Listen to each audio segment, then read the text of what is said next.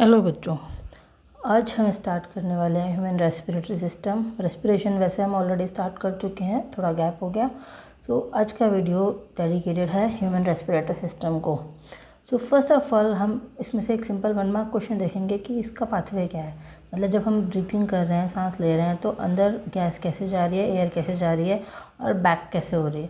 तो उसके लिए हमें एक पाथवे देखना है। तो यहाँ मैंने एक चार्ट के फॉर्म में दिया हुआ है।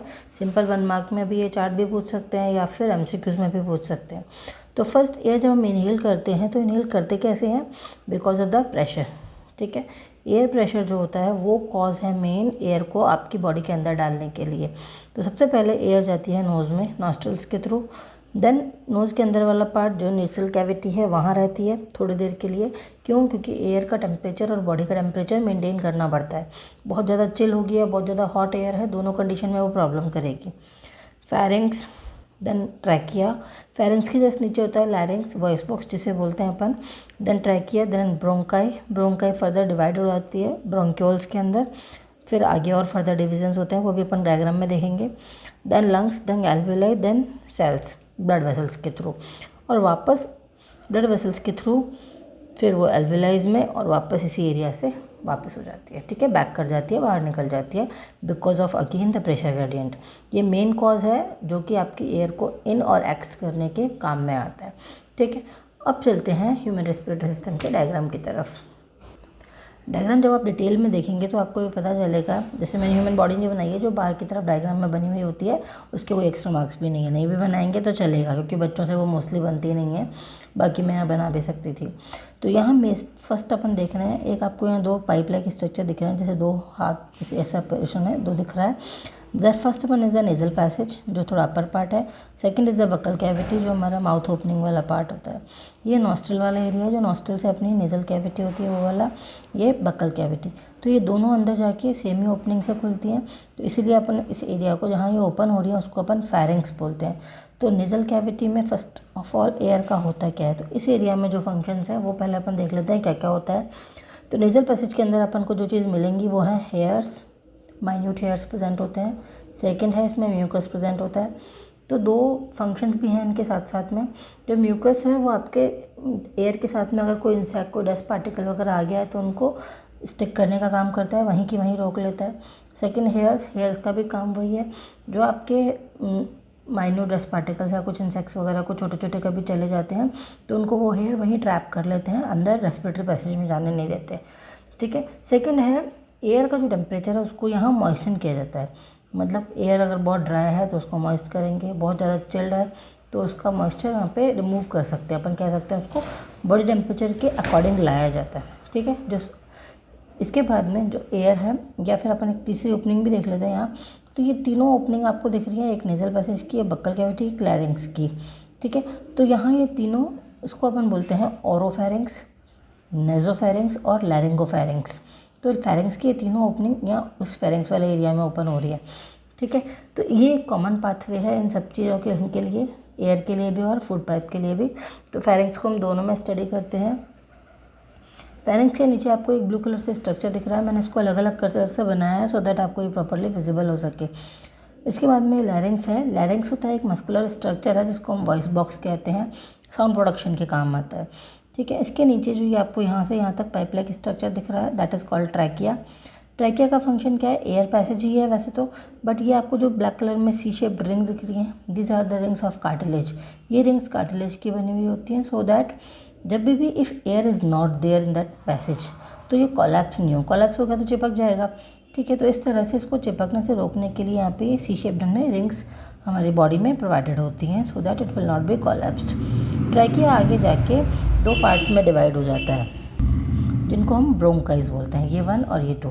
तो ये दोनों ब्रोंकाइज कहलाती हैं।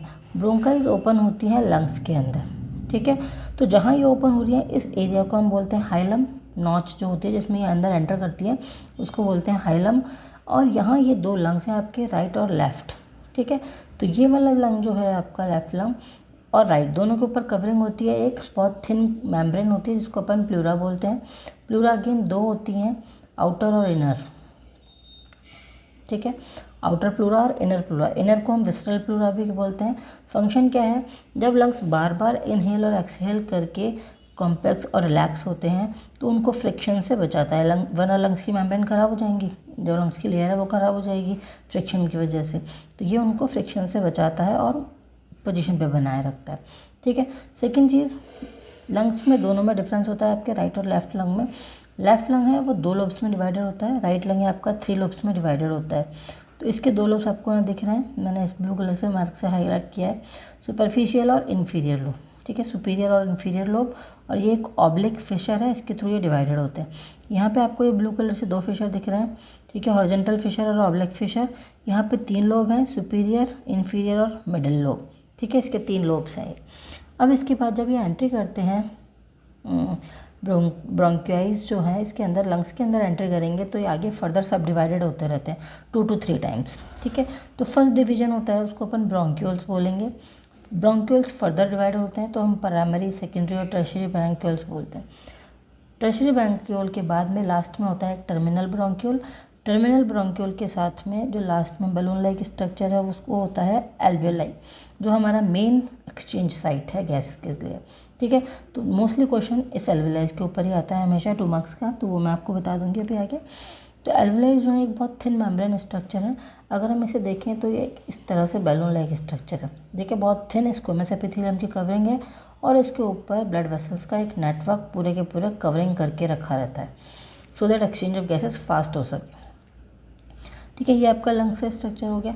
इस लंग्स में अपन देखते हैं कि इसके ऊपर कवरिंग क्या होती है। ये दोनों के ऊपर प्रॉपर कवरिंग होती है। क्या है ये ब्लैक कलर से मैंने रिब्स बनाई है, अपने पास 12 पेयर्स ऑफ रिब्स होती हैं। ठीक है, कुछ आगे से पीछे तक कनेक्टेड है स्टर्नम के थ्रू और वर्टिब्रल कॉलम के थ्रू। ठीक है, कुछ ऐसी होती हैं जो कहीं भी कनेक्टेड नहीं है, उनको अपन फ्लोटिंग रिब्स या फॉल्स रिब्स कहते हैं।